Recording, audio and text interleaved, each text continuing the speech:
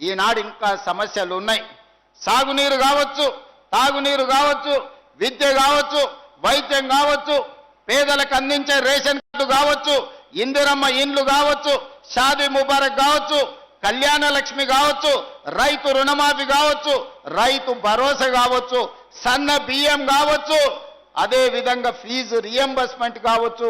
ఇలా చెప్పుకుంటూ వెళ్తే ప్రతి పథకాన్ని మా ఆడబిడ్డలకు అక్కడ పాలపిట్ట రంగులో ఈ రోజు చీర పండుగ పూట సారెబెట్టినట్టు పెడితే మా అక్కలు చాలా మంది ఇవాళ ఇందిరమ్మ చీరలు కట్టుకొని వచ్చిండ్రు. ఇవన్నీ కూడా పేదల సంక్షేమం కోసం, పేదల అభివృద్ధి కోసం, పేద విద్యార్థుల చదువుల కోసం, పేదల వైద్యం కోసం ఈరోజు మన ప్రభుత్వం పనిచేస్తుంది. ఒకప్పుడు బడికి పోవాలంటే కొడంగల్లోళ్ళు తాండూరు పోయేది, బొమ్మరాజ్పేటోళ్ళు పరిగి పోయేది, మద్దూరోళ్ళు నారాయణపేట పోయేది, దౌలతాబాద్ వాళ్ళు ఓసారి పోతే పరిగి లేకపోతే తాండూరు పోయేది, కోజికోళ్ళేమో మహబూబ్నగర్ పోయేది.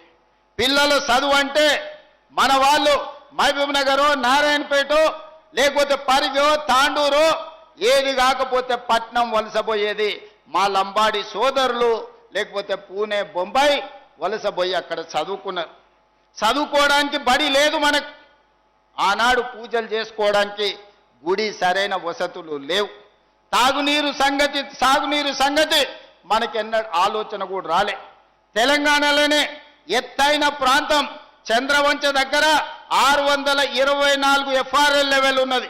తెలంగాణలో హైయెస్ట్ ప్రాంతం లక్ష్మీదేవిపల్లి తర్వాత కొడంగల్